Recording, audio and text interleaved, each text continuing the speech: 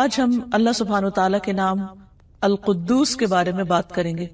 قدوس جو نہایت پاکیزہ ہے، ہر نقص سے، ہر عیب سے، ہر کمی سے، ہر طرح کے شرک سے، ہر طرح کی خطا اور نسیان سے، وہ جو اپنی ذات میں بابرکت ہے، عظیم ہے، اسی کے آگے زمین و آسمان کی ہر چیز جھکی ہوئی ہے۔ ہمارا اس کے ساتھ کیا تعلق ہونا چاہیے، اس پر کیسا ایمان ہونا چاہیے، کیسا اعتماد ہونا چاہیے، آج ہم اس پر انشاءاللہ بات کریں گے۔ اللہ سبحانہ وتعالی کی قدوسیت کا اظہار فرشتوں نے بھی کیا تھا۔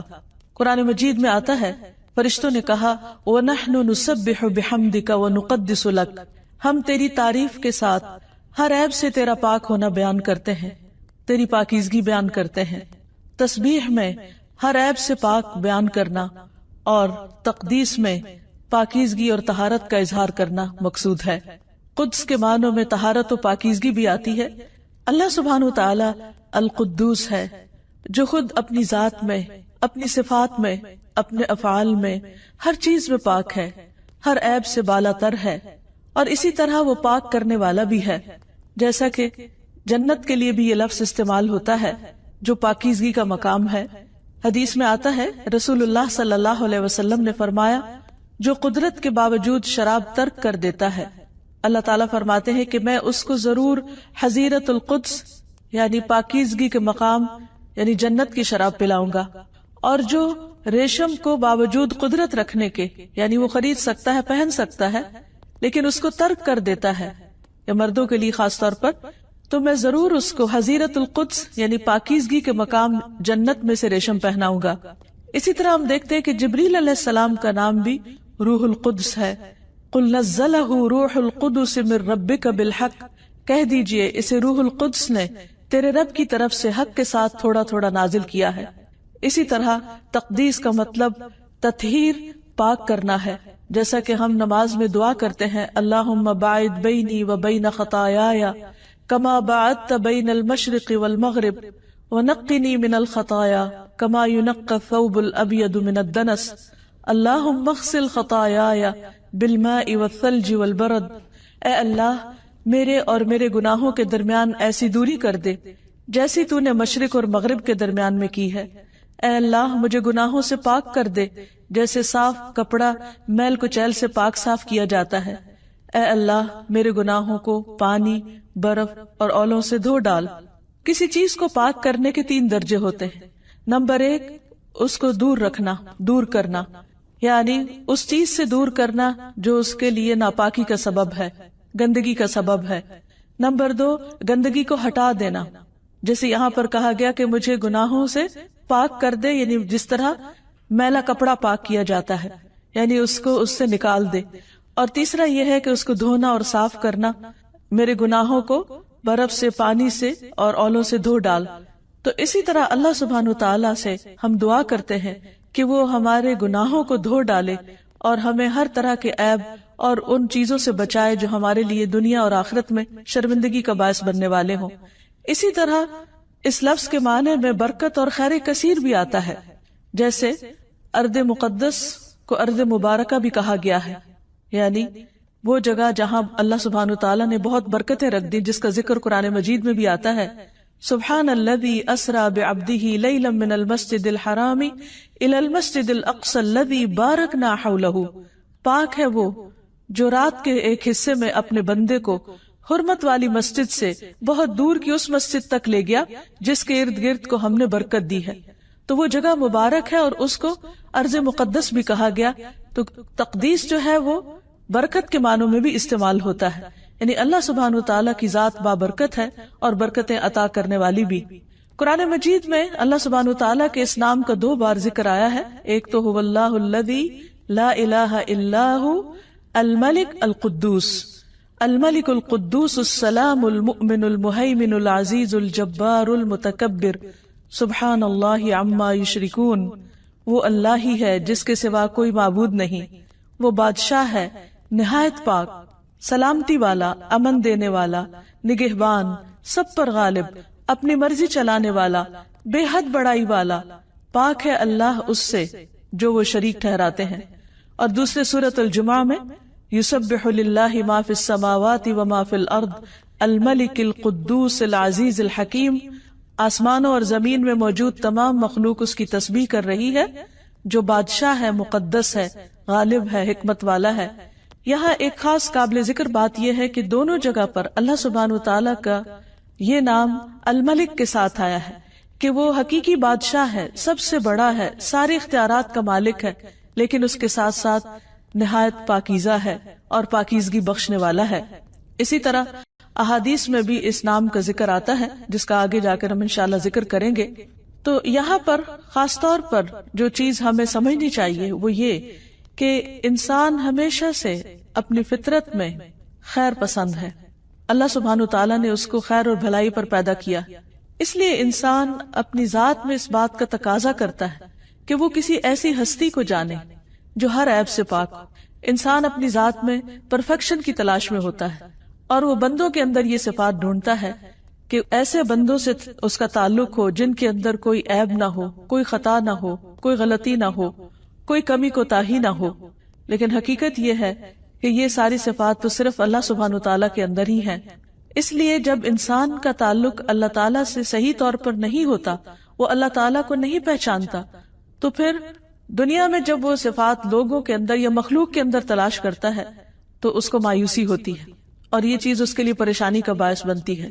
تو اللہ سبحانہ وتعالیٰ نے اپنے بندوں کو مایوس نہیں کیا، اس نے قرآن مجید میں اور نبی صلی اللہ علیہ وسلم کی زبان سے اپنا ایسا تعارف کروایا کہ جس سے ہمیں پتہ چلتا ہے کہ وہی وہ رب ہے جو ہر طرح سے پاک ہے، ہر طرح کے نقائص سے، ہر طرح کے شرک سے، ہر طرح کی کمزوریوں سے، ہر طرح کی بھول چوک سے، اور یہ صرف اسی کی ذات ہو سکتی ہے۔ اس لیے جب انسان دنیا سے پریشان ہوتا ہے اور لوگوں کی بہت سی چیزوں سے اس کو مایوسی ہوتی ہے تو پھر وہ اللہ سبحانہ وتعالیٰ کی طرف رجوع کرتا ہے، اور جب انتہائی پاکیزگی کے تصور کے ساتھ اس کی طرف راغب ہوتا ہے تو حقیقی معنوں میں اس کے دامن میں پناہ لیتا ہے۔ پھر یہ کہ اللہ سبحانہ وتعالیٰ بندوں کو پاک بھی کرتا ہے۔ بندہ اپنے آپ کی پاکی کتنی بھی بیان کرے، لیکن اللہ سبحانہ وتعالیٰ نے اسے منع بھی کیا ہے، اور ایسا ممکن بھی نہیں۔ اللہ تعالیٰ فرماتے ہیں أَلَمْ تَرَ إِلَى الَّذِينَ يُزَكُّونَ أَنفُسَهُمْ بَلِ اللَّهُ يُزَكِّي مَن يَشَاءُ وَلَا يُظْلَمُونَ فَتِيلًا۔ کیا تم نے ان لوگوں کو نہیں دیکھا جو اپنے آپ کو پاک کہتے ہیں؟ بلکہ اللہ پاک کرتا ہے جسے چاہتا ہے۔ یعنی کوئی بھی اپنی پاکی دامن کے دعوے نہ کرے، کیونکہ ہر انسان خطا کار ہے اور اس سے غلطیاں ہوتی ہیں، اور دن رات گناہ کرتا ہے انسان۔ تو اس لیے کوئی بھی یہ نہیں کہہ سکتا کہ میں معصوم ہوں یا میں ہر گناہ سے پاک ہوں۔ اللہ سبحانہ وتعالیٰ جس کو پاک کرے اور گناہوں کے بعد جس کی توبہ قبول کر لے اور جس کی خطائیں اس سے دور کر دے، جیسے کہ ہم دعا کرتے ہیں ہر نماز میں کہ اللہ تعالیٰ تو ہماری خطاؤں کو دھو ڈال، تو جب انسان اپنی ان خطاؤں کے دھونے کی اللہ سبحانہ وتعالیٰ سے دعا کرتا ہے تو اللہ تعالیٰ ہی اس کو پاک کرتا ہے، اور پھر نتیجتاً اس کو آخرت کی پکڑ سے بچاتا ہے۔ پھر یہ بات بھی یاد رہے کہ جو اللہ تعالیٰ کی پاکی بیان کرے گا اللہ تعالیٰ اس کو پاک کرے گا۔ ابو برزہ اسلمی کہتے ہیں کہ رسول اللہ صلی اللہ علیہ وسلم اپنے آخری ایام میں جب کسی مجلس سے اٹھتے تو یہ کلمات کہتے، سبحانک اللہم و بحمدک اشہد ان لا الہ الا انت استغفرک و اتوب الیک۔ تو ایک آدمی نے آپ سے پوچھ لیا کہ اے اللہ کے رسول صلی اللہ علیہ وسلم، آپ آج کل وہ کلمات کہتے ہیں جو آپ نے پہلے کبھی نہیں کہے۔ آپ نے فرمایا یہ اس چیز کے کفارے کے لیے ہے جو مجلس میں ہو جاتی ہے۔ جیسا کہ سب جانتے ہیں کہ جب بھی کچھ لوگ اکٹھے ہو کر بیٹھتے ہیں تو ضروری نہیں کہ اس مجلس میں کوئی خطا نہ ہو، کوئی غلطی نہ ہو، اور بعض اوقات انسان جب کسی مجلس سے اٹھتا ہے تو ایک بوجھل دل کے ساتھ بھی اٹھتا ہے۔ جب انسان بات چیت میں مشغول ہوتا ہے یا ہنسی مذاق میں یا ایک دوسرے کے ساتھ کسی بھی قسم کی گفتگو میں، تو اس وقت اس کو پتہ نہیں چلتا، لیکن اٹھنے کے بعد اس مجلس کے ختم ہونے کے بعد بعض اوقات دل پر بوجھ سا رہ جاتا ہے۔ تو ایسے میں اللہ سبحانہ وتعالیٰ نے یہ دعا سکھا دی کہ اگر کوئی شخص یہ چاہے کہ وہ ایسی تمام چیزوں سے جو بھول چوک کے ساتھ ہوئی ہو یا بندوں کے حقوق کے معاملے میں اس سے کوئی کمی کوتاہی ہو گئی ہو، تو وہ وہاں سے اٹھنے سے پہلے ہی اپنے آپ کو صاف کر لے اور اللہ سبحانہ وتعالیٰ سے بخشش کی دعا کر لے۔ پھر اسی طرح جو دوسروں پر ظلم نہیں کرتا اللہ سبحانہ وتعالیٰ اس کو پاک کرتے ہیں، کیونکہ اللہ سبحانہ وتعالیٰ خود پاک ہیں اور پاکیزگی کو پسند کرتے ہیں۔ اللہ سبحانہ وتعالیٰ ہر شرک سے بھی پاک ہے، اس کا کوئی شریک نہیں، اور پھر اس کے لیے لوگوں نے، انسانوں نے جتنے بھی قسم کے انداد یا شرکا بیان کیے ہیں، اللہ سبحانہ وتعالی ان سب سے بھی پاک ہے. جیسے قرآن مجید میں آتا ہے وَجَعَلُوا لِلَّهِ شُرَكَاءَ الْجِنِّ وَخَلَقَهُمْ وَخَرَقُوا لَهُ بَنِينَ وَبَنَاتٍ بِغَيْرِ عِلْمٍ سُبْحَانَهُ وَتَعَالَى عَمَّا يَصِفُونَ بَدِيعُ السَّمَاوَاتِ وَالْأَرْضِ أَنَّىٰ يَكُونُ لَهُ وَلَدٌ وَلَمْ تَكُن لَهُ صَاحِبَةٌ وَخَلَقَ كُلَّ شَيْءٍ وَهُوَ بِكُلِّ شَيْءٍ عَلِيمٌ. ان لوگوں نے جنوں کو اللہ کا شریک بنا دیا، حالانکہ اللہ ہی نے ان کو پیدا کیا. تو جس کو اللہ نے خود پیدا کیا وہ اللہ تعالیٰ کا شریک تو نہیں ہو سکتا. پھر بغیر علم کے اللہ کے لیے بیٹے اور بیٹیاں گھر ڈالے. جو کچھ یہ لوگ بیان کرتے ہیں اللہ اس سے پاک اور بہت بلند ہے. پھر اسی طرح ایک اور جگہ پر فرمایا قُلْ إِنْ كَانَ لِلرَّحْمَٰنِ وَلَدٌ فَأَنَا أَوَّلُ الْعَابِدِينَ سُبْحَانَ رَبِّ السَّمَاوَاتِ وَالْأَرْضِ رَبِّ الْعَرْشِ عَمَّا يَصِفُونَ. آپ ان سے کہیے کہ اگر رحمان کا کوئی بیٹا ہوتا تو سب سے پہلے میں اس کی عبادت کرنے والا ہوتا. پاک ہے آسمانوں اور زمین کا رب جو عرش کا رب ہے اس سے جو وہ بیان کرتے ہیں. تو اللہ سبحانہ وتعالی ہر طرح کے شریکوں سے پاک ہے، یعنی اس کی ذات اتنی بلند، اعلیٰ و عرفہ ہے کہ اس کو کسی بھی مددگار کی اور کسی بھی سکسیسر کی ضرورت نہیں. پھر اللہ سبحانہ وتعالی ہر طرح کے نقص اور کمی سے پاک ہے، جیسے موت سے پاک ہے. قرآن مجید میں آتا ہے وَتَوَكَّلْ عَلَى الْحَيِّ الَّذِي لَا يَمُوتُ. اس ذات پر بھروسہ کیجئے، اس ذات پر اپنا اعتماد رکھیے جو ہمیشہ سے زندہ ہے اور اسے کبھی موت نہیں آئے گی. انسان چونکہ اپنی ذات میں کمزور ہے، انسان محتاج ہے، اس لیے وہ چاہتا ہے کہ وہ کسی ایسے سہارے کو پکڑے، اپنی مشکلات میں کسی ایسے کو تھامے کہ جو واقعی اس کو سہارا دینے والا ہو اور وہ کبھی ختم نہ ہو. انسان جب انسانوں کے اندر ایسے سہارے تلاش کرتا ہے، انسانوں کے اندر ایسے مددگار چاہتا ہے، تو ظاہر ہے کہ انسان تو کمزور ہے. دنیا کی ہر چیز فنا ہونے والی ہے، اس لیے انسان اگر ان میں سے کسی بھی چیز کے اوپر بھروسہ کرتا ہے تو وہ ایک نہ ایک دن سب ختم ہونے والے ہیں. اس لیے اللہ سبحانہ وتعالی نے اس ہستی پر یعنی اپنی ذات پر توکل کا حکم دیا اور ساتھ ہی فرمایا کہ وہ اللہ وہ ذات ہے کہ الذی لا یموت، کہ جس کو موت نہیں آئے گی.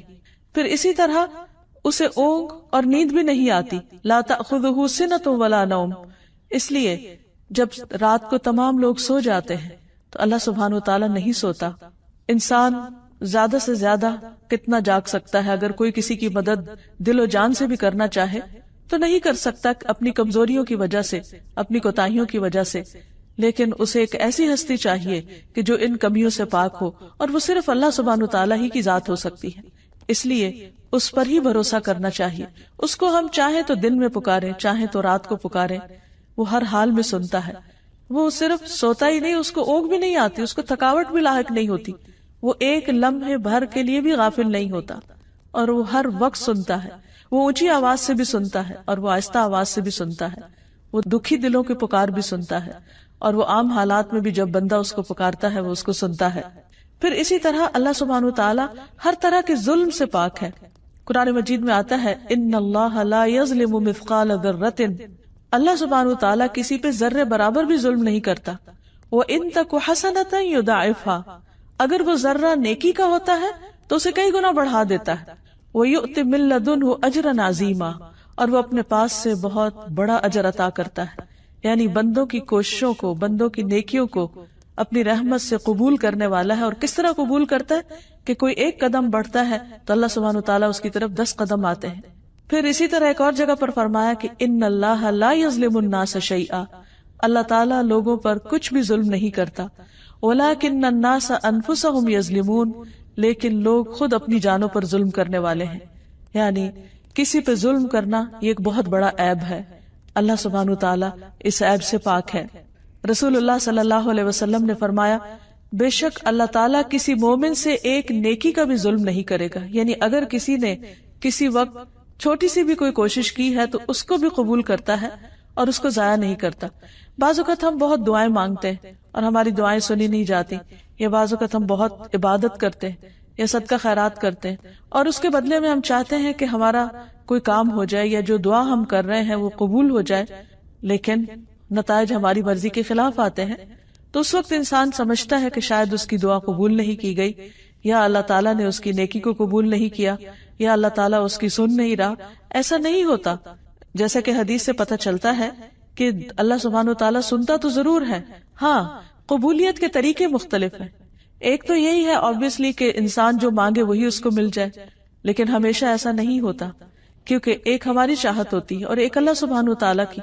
اور اللہ سبحانہ وتعالیٰ صرف ہمیں دیکھ کر ہمارے لیے فیصلہ نہیں کرتا، وہ سارے کائنات کو سامنے رکھ کر ہر ایک کو اس کا حق دیتا ہے. بعض اوقات ایک چیز کو ہم اپنے طور پر اپنے لیے بہت اچھا سمجھ رہے ہوتے ہیں، حالانکہ اللہ سبحانہ وتعالیٰ کے نزدیک وہ ہمارے لیے بہتر نہیں ہوتی. تو بعض اوقات تو اللہ تعالیٰ جو مانگتے ہیں وہ دے دیتا ہے، لیکن بعض اوقات وہ نہیں دیتا مگر ضائع کچھ نہیں کرتا، ظلم نہیں کرتا. ایک نیکی جو انسان کرتا ہے اس میں بھی کمی نہیں کرتا، اور وہ اس کی بجائے اس سے کوئی مصیبت ٹال دیتا ہے. یعنی بعض اوقات انسان ایک چیز مانگ رہا ہوتا ہے، لیکن اگر وہ اس کو مل جائے تو شاید اس سے کچھ فائدہ نہ اٹھا سکے کسی اور حادثے کی وجہ سے یا پریشانی کی وجہ سے. تو اللہ تعالیٰ اس کے بدلے میں اس کو ایسی مصیبت اور ایسی پریشانی سے بچاتے ہیں کہ جس کا اس انسان کو خود بھی نہیں پتا ہوتا کہ وہ آگے آ رہی ہے. اسی طرح بعض اوقات نہ تو دعا قبول ہوتی ہے اس طرح جس طرح ہم چاہتے ہیں، اور نہ ہی کوئی پریشانی ٹلتی ہے، بلکہ اللہ تعالیٰ ان سب دعاؤں کا جواب آخرت کے لیے ذخیرہ کر دیتا ہے. اور وہ دن ہوگا جب انسان ایک ایک ذرے جیسی نیکی کا بھی محتاج ہوگا. بعض اوقات انسان ویسے کوئی خاص عبادت نہیں کرتا، لیکن مشکل پڑنے پر اللہ تعالیٰ کی طرف ضرور رجوع کرتا ہے، خوب دعائیں کرتا ہے. اب اللہ تعالیٰ کو پتا ہے کہ اس بندے کا آخرت کے لیے اپنا خزانہ خالی ہے، اس کے پاس وہ اعمال نہیں ہیں کہ جو اسے کل کام آنے والے ہیں، اور وہ اس کی طرف توجہ بھی نہیں دے رہا، مثلا نماز ہی نہیں پڑھ رہا یا کوئی اور اچھے کام جو اللہ تعالیٰ نے اس سے کہے وہ کر ہی نہیں رہا. اب اللہ تعالیٰ اس کے اوپر کوئی ایسی مشکل ڈالتا ہے تاکہ وہ دعائیں کرے، وہ کمی کوتاہی جو اس سے ہوئی ہے دوسرے فرائض کو چھوڑ کر، تو وہ ان دعاؤں کے ذریعے پوری ہو جائے. اور پھر انسان دعائیں کرتا چلا جاتا ہے. ان دعاؤں کی برکت سے اس کے اعمال کی اصلاح بھی ہوتی، اس کا دل نرم ہوتا ہے، کیونکہ مشکلات انسان کے اندر ایک نرمی پیدا کرتی. جب وہ دل کی نرمی آتی ہے تو پھر انسان اور اللہ تعالیٰ کی طرف رجوع کرتا ہے. بعض اوقات انسان عیش و عشرت میں، آرام میں، سکون میں، خوشحالی میں اللہ کی طرف راغب نہیں ہوتا، لیکن جب اس کے اوپر کوئی تکلیف آتی ہے تو ضرور اللہ کو پکارتا ہے، اور جب وہ اللہ تعالیٰ کو پکارتا ہے تو اللہ کے قریب ہوتا ہے. اور اللہ تعالیٰ اپنے بندے پر شفقت کرتے ہوئے، مہربانی کرتے ہوئے یہ چاہتا ہے کہ بندہ اس کی طرف راغب ہو. اور انسان سمجھتا ہے کہ شاید یہ تکلیف اللہ کی ناراضگی کا سبب ہے، حالانکہ یہ بلیسنگ ان ڈسگائز ہوتا ہے کہ اللہ تعالیٰ تکلیف میں ڈال کے بندے کی بھلائی چاہ رہا ہوتا ہے کہ وہ پلٹ آئے. اور جیسے ایک اور روایت میں آتا ہے کہ بعض اوقات انسان کے اعمال ایسے نہیں ہوتے کہ جو اسے ایک خاص مقام تک پہنچا سکے، تو اللہ تعالیٰ انسان کو کسی آزمائش میں مبتلا کرتا ہے تاکہ وہ اس آزمائش میں صبر کر کے اور دعا کر کے اس درجے تک پہنچ جائے جس پر اللہ تعالیٰ اس کو پہنچانا چاہتا ہے. اس لیے انسان اگر اللہ تعالیٰ پر اعتماد کرے کہ اس کے ہر حال میں خیر ہے، اس کے اللہ تعالیٰ کے ہر فیصلے میں بھلائی ہے، اور بظاہر اگر نظر نہ بھی آ رہا ہو تو بھی جب یہ انسان سمجھ لیتا ہے کہ اللہ تعالیٰ پاک ہے، ہر عیب سے پاک ہے، ہر ظلم سے پاک ہے، تو پھر اسے اللہ کے فیصلوں کا یقین آنے لگتا ہے. پھر وہ اللہ تعالیٰ پر اپنے اعتماد کو بڑھا دیتا ہے، اور پھر اللہ تعالیٰ ہر طرح کے جھوٹ سے بھی پاک ہے. جیسے قرآن مجید میں آتا ہے وَمَنْ أَصْدَقُ مِنَ اللَّهِ حَدِيثًا، اور اللہ سے زیادہ بات میں کون سچا ہے. یعنی اللہ تعالیٰ کی بات سب سے سچی ہے. اگر اللہ تعالیٰ نے کسی بات پر اجر کا وعدہ کیا ہے تو وہ ضرور دے گا. اس لیے اللہ تعالیٰ پر اعتماد میں ہی انسان کے لیے خیر و بھلائی ہے، کیونکہ نبی صلی اللہ علیہ وسلم نے فرمایا اللہ تعالیٰ کسی مومن سے ایک نیکی کا بھی ظلم نہیں کرتا، یعنی ایک نیکی کا بھی حق نہیں مارتا. دنیا میں اس کا بدلہ اس کو عطا کیا جائے گا اور آخرت میں بھی اس کو جزا دی جائے گی. یعنی بعض اوقات ہم چاہتے ہیں کہ ہمیں کسی مخصوص شکل میں بدلہ ملے، لیکن اللہ تعالیٰ کے ہاں اس سے بہتر راستہ کوئی اور ہوتا ہے جس کے ذریعے وہ اس کو بدلہ دینا چاہتا ہے، مگر ہم اس کو نہیں سمجھ رہے ہوتے. اور اس کے برعکس کافر کو دنیا میں ہی بدلہ دے دیا جاتا ہے ان نیکیوں کا جو وہ اللہ کے لیے کرتا ہے، یہاں تک کہ جب آخرت میں فیصلہ ہوگا تو وہاں اس کے لیے کوئی نیکی نہ ہوگی جس کا اسے بدلہ دیا جائے. پھر اسی طرح اللہ سبحانہ وتعالیٰ اپنے وعدوں کی خلاف ورزی بھی نہیں کرتے، یعنی اس کے اندر یہ عیب بھی نہیں ہے. قرآن مجید میں آتا ہے وعد اللہ حقا ومن اصدق من اللہ قیلا، اللہ کا وعدہ سچا ہے اور اللہ سے زیادہ بات میں کون سچا ہو سکتا ہے. اس لیے انسان کو اس بات پر یقین رکھنا چاہیے کہ میرا رب اپنے وعدوں میں چونکہ سچا ہے، اس لیے اس کے وعدے پر اعتبار کرتے ہوئے جو اس کا حکم ہے میں اس کو مان لوں، تو اس میں میرے لیے خیر اور بھلائی ہی ہے. اب دیکھیے، ایک بندے کی نظر ہے جو کسی چیز کو اپنے لیے خیر و بھلائی سمجھتی، اور ایک اللہ سبحانہ و تعالیٰ کی نظر ہے جو بندے کے لیے بھلائی کو کسی اور چیز میں سمجھتا ہے. تو اب اس میں کہاں بندہ اور کہاں رب، کہاں ہماری عقل اور کہاں اللہ سبحانہ و تعالیٰ جو ہر عیب اور کمی سے پاک ہے، کس کی بات زیادہ سچی ہو سکتی، کس کا وعدہ زیادہ سچا ہو سکتا ہے؟ اصل ضرورت اس چیز کی ہے کہ انسان اس پر اعتماد کرتے ہوئے اس کی طرف رجوع کرتا رہے. پھر یہ ہے کہ اللہ سبحانہ و تعالیٰ بھول چوک سے بھی پاک ہے. بندے بعض اوقات بہت سنسیئرلی اور بہت خیرخواہی کے ساتھ کسی کام کے کرنے کا آپ سے وعدہ کرتے ہیں، لیکن بعض اوقات بھول جاتے ہیں. اللہ سبحانہ و تعالیٰ نہیں بھولتا. قرآن مجید میں آتا ہے لا یضل ربی ولا ینسا، میرا رب نہ بھٹکتا ہے اور نہ بھولتا ہے، وہ اس کمی سے پاک ہے. اس لیے بندے کو ہمیشہ اس پر اعتماد کرنا چاہیے کہ اگر اس کی دعا نہیں سنی جا رہی یا اس کی دعا قبول نہیں ہو رہی تو اس میں اس کے لیے خیر و بھلائی ہے. اللہ تعالیٰ بھولے نہیں ہیں، وہ ضرور اس کا بدلہ اس کو دیں گے. پھر اسی طرح اللہ تعالیٰ فقر اور بخل سے بھی پاک ہے. قرآن مجید میں آتا ہے وَقَالَتِ الْيَهُودُ يَدُ اللَّهِ مَغْلُولَةٌ غُلَّتْ أَيْدِيهِمْ وَلُعِنُوا بِمَا قَالُوا بَلْ يَدَاهُ مَبْسُوطَتَانِ يُنْفِقُ كَيْفَ يَشَاءُ. اور یہود نے کہا کہ اللہ کا ہاتھ بندھا ہوا، یعنی اللہ بندوں کے اوپر خرچ نہیں کرتا. ان کے ہاتھ باندھے گئے اور ان پر لعنت کی گئی اس وجہ سے جو انہوں نے کہا، بلکہ اس کے دونوں ہاتھ کھلے ہیں، وہ خرچ کرتا ہے جیسے چاہتا ہے. اس لیے اللہ سبحانہ و تعالیٰ سے ہمیشہ خیر کی امید رکھنی چاہیے، اور انسان اگر سارے کے سارے اول و آخر بھی اللہ سبحانہ و تعالیٰ سے مانگے اور وہ سب کو عطا کرے تو بھی اللہ تعالیٰ کے خزانوں میں کسی قسم کی کوئی کمی نہیں آتی. پھر اسی طرح اللہ سبحانہ و تعالیٰ جیسا کوئی بھی نہیں. اللہ سبحانہ و تعالیٰ ہر ایک سے بڑا اور عظیم ہے، کیونکہ قدوس میں عظمت کا معنی بھی پایا جاتا ہے. پھر یہ کہ اللہ تعالیٰ کو کسی بھی چیز کی حاجت نہیں، کسی بھی چیز کی ضرورت نہیں، نہ اس کو کھانے کی ضرورت ہے، نہ اس کو آرام کی ضرورت ہے. پھر یہ کہ اس سے کوئی چیز چھپی ہوئی نہیں. ان اللہ لا یخفی علیہ شیء فی الارض ولا فی السماء. پھر یہ کہ وہ ظاہر کو بھی جانتا ہے اور چھپے ہوئے کو بھی جانتا ہے. انہ یعلم الجہر وما یخفی. پھر اللہ تعالیٰ سے کوئی مخلوق بھی اوجھل نہیں. بعض اوقات انسان دیکھتا ہے کہ دوسرے لوگ اس پر ظلم کر رہے ہیں اور شیطان اس کے دل میں وسوسہ ڈالتا ہے کہ کہاں ہے تمہارا رب جو تمہیں ان کے ظلم سے نجات دے. اللہ سبحانہ و تعالیٰ اگر ہوتا تو یہ بندے ظلم نہ کر سکتے، حالانکہ ایسا نہیں ہے. اگر اللہ تعالیٰ کسی بندے کی رسی دراز کرتا ہے، جیسے حدیث میں آتا ہے کہ اللہ تعالیٰ ظالم کو مہلت دیتا ہے اور پھر اچانک اس کو پکڑ لیتا ہے، تو اس کا یہ مطلب نہیں کہ اللہ تعالیٰ دیکھتا نہیں ہے یا وہ ظالم اس کی نگاہوں سے چھپے ہوئے ہیں. کچھ بھی نہیں چھپا ہوا. قرآن مجید میں آتا ہے وَعِندَهُ مَفَاتِحُ الْغَيْبِ لَا يَعْلَمُهَا إِلَّا هُوَ وَيَعْلَمُ مَا فِي الْبَرِّ وَالْبَحْرِ وَمَا تَسْقُطُ مِنْ وَرَقَةٍ إِلَّا يَعْلَمُهَا وَلَا حَبَّةٍ فِي ظُلُمَاتِ الْأَرْضِ وَلَا رَطْبٍ وَلَا يَابِسٍ إِلَّا فِي كِتَابٍ مُبِينٍ. اور اس کے پاس غیب کے خزانے ہیں جنہیں اس کے علاوہ کوئی نہیں جانتا. وہ خشک اور تر سب کا جاننے والا ہے. کوئی پتا بھی گرتا ہے تو اسے اس کا علم ہے. زمین کی تاریکیوں میں کوئی دانہ یا کوئی خشک اور تر ایسا نہیں جو کتاب مبین کے اندر محفوظ نہ ہو.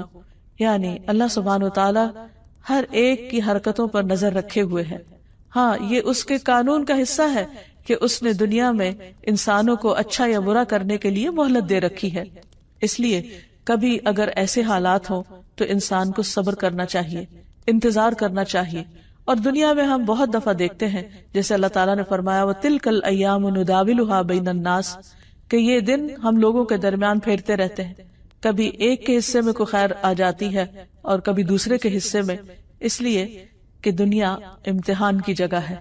اگر یہاں ہر چیز انسان کی مرضی کے مطابق ہو جائے تو پھر انسان کا امتحان ہی ختم ہو جائے. بعض اوقات اللہ سبحانہ تعالیٰ انسان کو نعمتیں دے کر آزماتا ہے اور بعض اوقات اس سے نعمتیں واپس لے کر آزماتا ہے، اور دونوں ہی حال امتحان کے ہیں. ہم عام طور پر یہ سمجھتے ہیں کہ شاید تکلیف کی حالت امتحان کی ہے اور نعمت کی نہیں، جبکہ دونوں ایکولی امتحان ہیں. ایک حالت میں یا دوسری حالت میں ہمارا اللہ سبحانہ تعالیٰ کے ساتھ کیسا تعلق رہا. پھر یہ کہ القدوس جو ہر عیب سے پاک ہے وہ کبھی غافل بھی نہیں ہوتا. قرآن مجید میں آتا ہے وَمَا اللَّهُ بِغَافِلٍ عَمَّا تَعْمَلُونَ اللہ اس سے ہرگز غافل نہیں جو بھی تم کر رہے ہو. یعنی نعمتوں کی حالت میں جو کچھ کر رہے ہو یا نعمتوں کے جانے پر جو کچھ کر رہے ہو تمہارے ریئیکشنز، تمہارے باتیں، تمہاری سوچیں، تمہارے معاملات، تمہارا طریقہ زندگی، سب کا سب اللہ سبحانہ وتعالیٰ کے علم میں ہے۔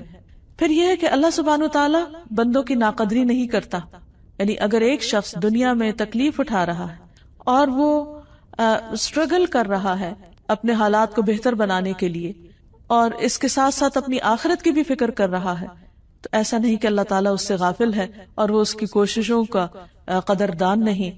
اللہ تعالیٰ فرماتے ہیں وَمَنْ أَرَادَ الْآخِرَةَ وَسَعَى لَهَا سَعْيَهَا وَهُوَ مُؤْمِنٌ فَأُولَئِكَ كَانَ سَعْيُهُمْ مَشْكُورًا، اور جس نے آخرت کا ارادہ کیا اور اس کے لیے کوشش کی جو اس کے لائق کوشش ہے، جبکہ وہ مومن ہو، تو یہی لوگ ہیں جن کی کوشش کی ہمیشہ سے قدر ہوئی ہے۔ یعنی ایمان کے ساتھ انسان جو بھی کوشش کرے، چھوٹی یا بڑی، اللہ سبحانہ وتعالیٰ اس کا قدردان ہے۔ پھر یہ بھی یاد رہے کہ اللہ تعالیٰ بلا وجہ کسی کو نہیں پکڑتا، یعنی بلا وجہ کسی پر عذاب نہیں بھیجتا، کیونکہ وہ ظالم نہیں ہے۔ پھر یہ بھی یاد رہے کہ اللہ تعالیٰ کسی کا محتاج نہیں، اسے بندوں کے اعمال نہیں چاہیے۔ بعض اوقات ایسا ہوتا ہے کہ جب ہم پر کوئی مشکل آتی ہے تو ہم اس وقت اپنی عبادت میں اضافہ کر دیتے۔ ہاں، یہ تو ضرور ہے کہ اللہ تعالیٰ کو راضی کرنے کے لیے انسان کو کرنا چاہیے، لیکن اگر کوئی یہ سمجھے کہ نعوذ باللہ اللہ تعالیٰ کو بندوں کے کسی عبادت کی ضرورت پیش آ گئی ہے تو اس لیے اس نے بندوں کے رزق میں کمی کی یا کسی اور چیز میں، تاکہ وہ اپنی عبادت کے ذریعے اللہ کو راضی کر کے وہ کمی دور کروا سکے، تو ایسا نہیں ہے۔ اللہ سبحانہ وتعالیٰ کو کسی کا کچھ بھی عمل، کوئی بھی عبادت نہیں چاہیے۔ ہاں، اگر انسان صبر کرتا ہے تو اپنی ذات کے لیے، کوشش کرتا ہے تو اپنے فائدے کے لیے، شکر کرتا ہے تو اپنے لیے۔ ارشاد باری تعالیٰ ہے وَمَن يَشْكُرْ فَإِنَّمَا يَشْكُرُ لِنَفْسِهِ وَمَن كَفَرَ فَإِنَّ اللَّهَ غَنِيٌّ حَمِيدٌ، کہ جو شکر ادا کرتا ہے وہ اپنے ذات کے لیے شکر ادا کرتا ہے، یعنی اس کی یہ شکر گزاری اس کو خود فائدہ دے گی۔ یعنی ہم جو بھی عبادت کرتے ہیں یا جو بھی اللہ سبحانہ وتعالیٰ کا ذکر کرتے ہیں یا اس کی نعمتوں پر اس سے راضی ہوتے ہیں، اس سے محبت کرتے ہیں، تو اس سارے کا فائدہ کچھ بھی اللہ تعالیٰ کو نہیں، بلکہ اللہ تعالیٰ ہمارے لیے ان سارے اعمال کو گن گن کر رکھ رہا ہے، اور دنیا میں بھی اس کا فائدہ دیتا ہے اور آخرت میں بھی دے گا۔ اسی طرح اگر انسان اللہ تعالیٰ کی عبادت میں تھک رہا ہے یا کوشش کر رہا ہے تو اس کا فائدہ بھی خود انسان کو پہنچنے والا ہے۔ وَمَن جَاهَدَ فَإِنَّمَا يُجَاهِدُ لِنَفْسِهِ، اور جو جہاد کرتا ہے، جد و جہد کرتا ہے، اپنے ہی فائدے میں کرتا ہے۔ إِنَّ اللَّهَ لَغَنِيٌّ عَنِ الْعَالَمِينَ، اللہ سارے جہان والوں سے بے نیاز ہے۔ پھر اسی طرح یہ ہے کہ اللہ سبحانہ وتعالیٰ اس سے بھی پاک ہے کہ کوئی اس کا نقصان کرے یا اس کو کسی قسم کی کوئی اذیت پہنچا سکے۔ اللہ تعالیٰ فرماتے ہیں وَلَا يَحْزُنْكَ الَّذِينَ يُسَارِعُونَ فِي الْكُفْرِ إِنَّهُمْ لَن يَضُرُّوا اللَّهَ شَيْئًا، اور وہ لوگ تجھے غمزدہ نہ کریں جو کفر میں جلدی کر رہے ہیں، بھاگ دوڑ کر رہے ہیں، بے شک وہ اللہ کو کچھ بھی نقصان نہیں دے سکتے۔ تو یہ ہے اللہ سبحانہ وتعالیٰ کی پاکیزگی اور بلندی، اور اس کا ہر عیب سے، ہر کوتاہی اور ہر کمی سے پاک ہونا۔ جب ہم یہ جان لیں کہ ہمارا رب ایسا ہے تو پھر ہمیں اس کی طرف اور تیزی کے ساتھ آگے بڑھنا چاہیے، اس پر بھروسہ کرنا چاہیے، اس کا دامن تھام لینا چاہیے اور اس سے خوب خوب دعائیں کرنی چاہیے۔ رسول اللہ صلی اللہ علیہ وسلم اللہ سبحانہ وتعالیٰ کے اس نام کے ساتھ خاص طور پر اپنے رکوع اور سجدے میں دعا کیا کرتے تھے، سبوح قدوس رب الملائکۃ والروح، سبوح قدوس رب الملائکۃ والروح، کہ اللہ تعالیٰ بہت پاک ہے، وہ ہستی کہ جس کی بہت زیادہ تسبیح کی جانی چاہیے، اور جو ہر عیب اور ہر نقص سے پاک ہے، جو ملائکہ اور روح کا رب ہے۔ تو آپ سوچئے کہ کبھی بھی آپ کے دل میں کوئی وسوسہ آئے اور آپ اپنے وسوسوں سے پریشان ہو، یا دل میں کوئی بدگمانی آئے اللہ تعالیٰ کے بارے میں یا اس کے دین کے بارے میں یا اس کے فیصلوں کے بارے میں، یا کسی پریشانی کے وقت شیطان آپ کو اللہ تعالیٰ سے دور لے جانے لگے، تو سجدے میں پڑھ کر یہ دعا مانگیے، سبوح قدوس رب الملائکۃ والروح، کہ اللہ سبحانہ وتعالیٰ کا کوئی فیصلہ بھی غلط نہیں ہو سکتا، اللہ سبحانہ وتعالیٰ ظلم نہیں کرتا، وہ کسی پر زیادتی نہیں کرتا، وہ اپنے وعدوں میں سچا ہے، وہ میرے حال سے غافل نہیں ہے۔ تو انشاءاللہ العزیز اللہ سبحانہ وتعالیٰ اس کی ضرور سنیں گے، اور دل پر ایسے وسوسوں کا جو بوجھ رہ جاتا ہے وہ بھی اللہ تعالیٰ دور فرما دیں گے۔ نبی صلی اللہ علیہ وسلم تہجد کے وقت جب قیام کی حالت میں ہوتے، رات کو اٹھتے، تو 10 بار اللہ اکبر، 10 بار الحمدللہ، 10 بار سبحان اللہ و بحمدہ، 10 بار سبحان الملک القدوس، 10 بار استغفر اللہ، 10 بار لا الہ الا اللہ، اور پھر 10 بار یہ دعا پڑھتے اللہم انی اعوذ بک من ضیق الدنیا و ضیق یوم القیامہ، اے اللہ میں دنیا اور قیامت کے دن کی تنگی سے تیری پناہ چاہتا ہوں، اے اللہ میں اس سے تیری اپنے آپ کو تیری حفاظت میں دیتا ہوں کہ دنیا میں مجھ پر حالات تنگ ہو یا قیامت کے دن مجھ پر کوئی تنگی ہو۔ اور پھر آپ نماز شروع کرتے تھے۔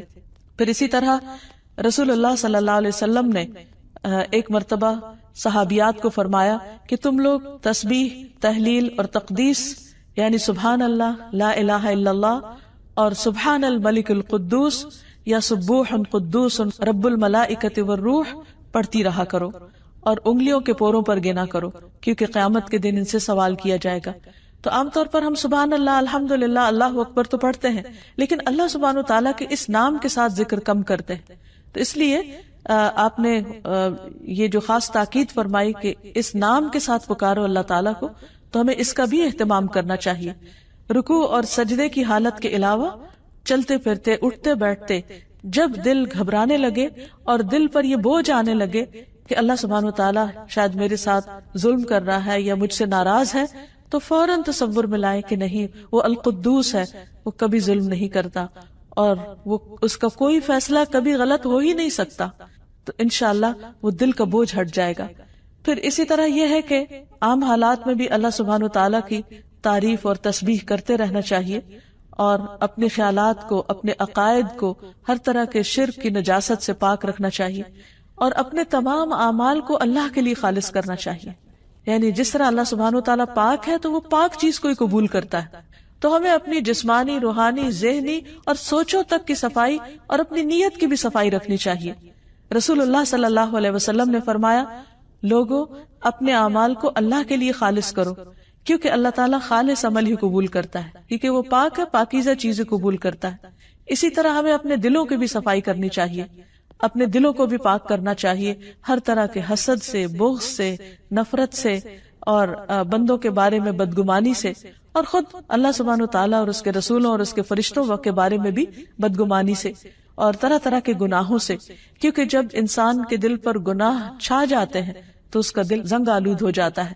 پھر اسی طرح اپنے آپ کو ہمیں اخلاقی برائیوں جیسے جھوٹ، غیبت، طعنہ زنی اور اسی طرح کی اور ایسی کبھی زبان کی خرابیوں سے بھی محفوظ رکھنا چاہیے، تاکہ وہ اللہ سبحانہ وتعالیٰ کی ناراضگی کا سبب نہ بنے۔ بعض اوقات انسان ایک کلمہ زبان سے ایسا نکالتا ہے جس کی وجہ سے وہ جہنم میں اوندے منہ گرا دیا جاتا ہے، اور اس کی ساری زندگی کی نیکیاں ضائع ہو جاتی ہیں، کیونکہ اللہ سبحانہ وتعالیٰ پاک ہے اور اس کی پاکیزگی کا معیار بہت بلند ہے۔ اسے اپنے بندوں سے کسی بھی قسم کی نجاست اور گناہ جو ہے وہ پسند نہیں۔ اسی طرح یہ کہ عبادت میں جسمانی طہارت اور لباس کی طہارت کا بھی خیال رکھنا چاہیے، وضو اور غسل کے ذریعے طہارت کا اہتمام کرنا چاہیے۔ پھر مال میں پاکیزگی اختیار کرنی چاہیے، حلال طریقوں سے کمانا چاہیے، اور اس مال کی زکوٰۃ بھی ادا کرنی چاہیے۔ تو اللہ سبحانہ وتعالی ہمیں اس بات کی توفیق دے کہ ہم اس کے اس مقام کو سمجھیں اور اپنی زندگی میں بھی پاکیزگی لانے کی کوشش کریں۔ وآخر دعوانا ان الحمد للہ رب العالمین۔